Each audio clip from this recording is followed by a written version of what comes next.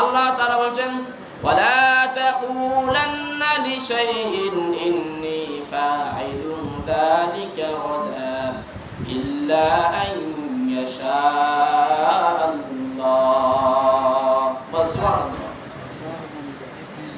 নবী হে, আপনি ভবিষ্যৎ বলবেন না, ভবিষ্যতে আগামীকাল এই কাজ করব, এটা করব, ভবিষ্যতে এই কথা বলবেন না। আপনি যখন বলবেন আমি এই কাজ করব, বলবেন ইনশাআল্লাহ। কি বলতে হবে?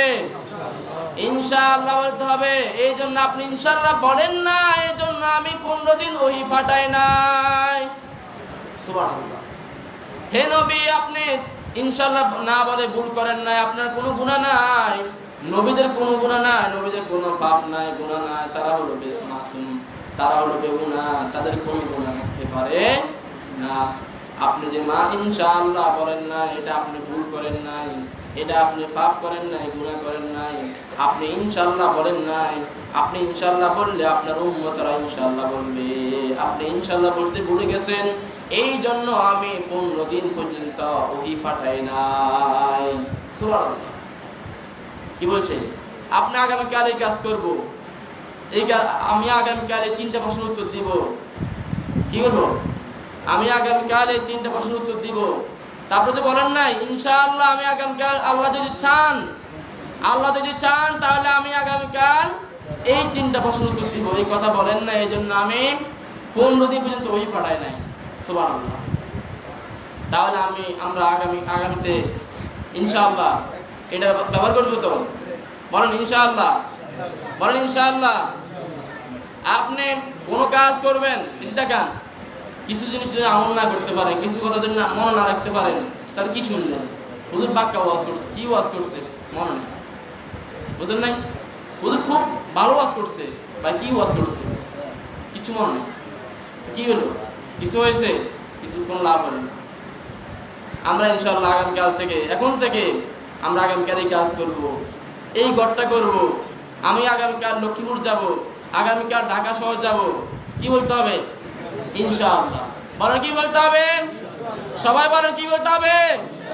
ইনশাআল্লাহ। আল্লাহ যদি চান তাহলে আমি যেতে পারবো, ঠিক কি না?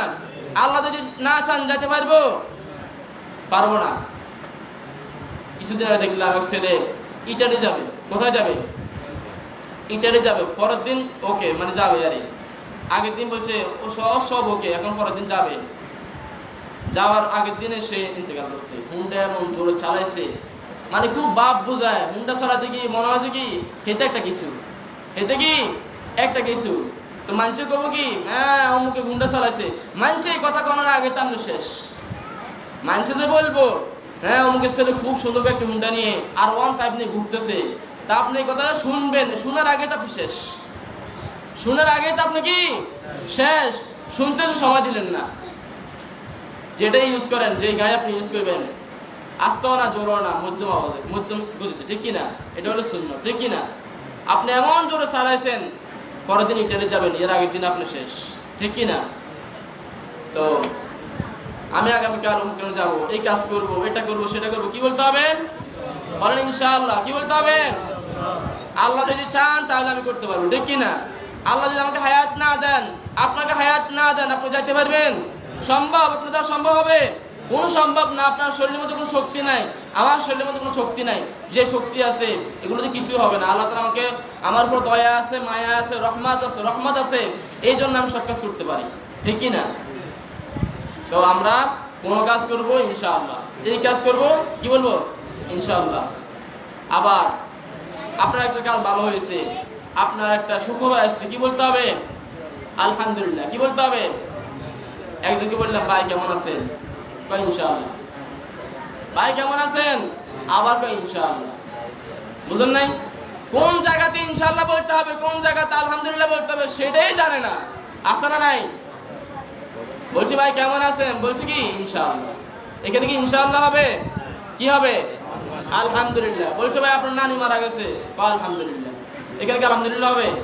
কি বলতে হবে? ইন্না লিল্লাহি ওয়া ইন্না ইলাইহি রাজিউন। তাহলে কেউ মারা গেলে কি বলতে হবে? কোনো দুঃসংবাদ, খারাপ সংবাদ হলে কি বলতে হবে? ইন্না লিল্লাহি ওয়া ইন্না ইলাইহি রাজিউন।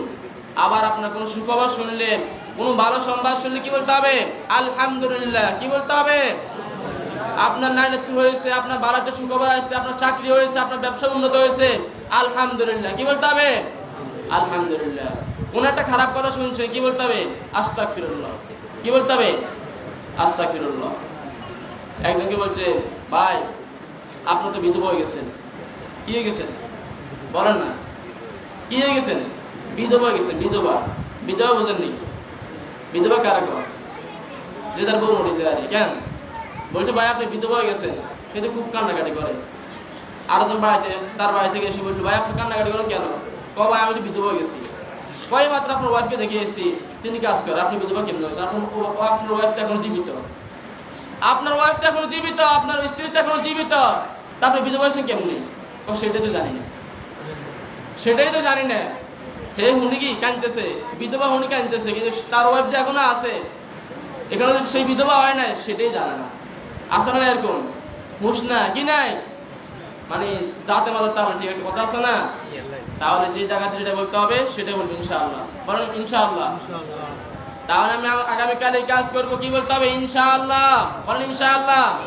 আল্লাহ যদি চান, আল্লাহ যদি আমাকে শক্তি দেন, তাহলে আমি করতে পারবো, ঠিক কিনা?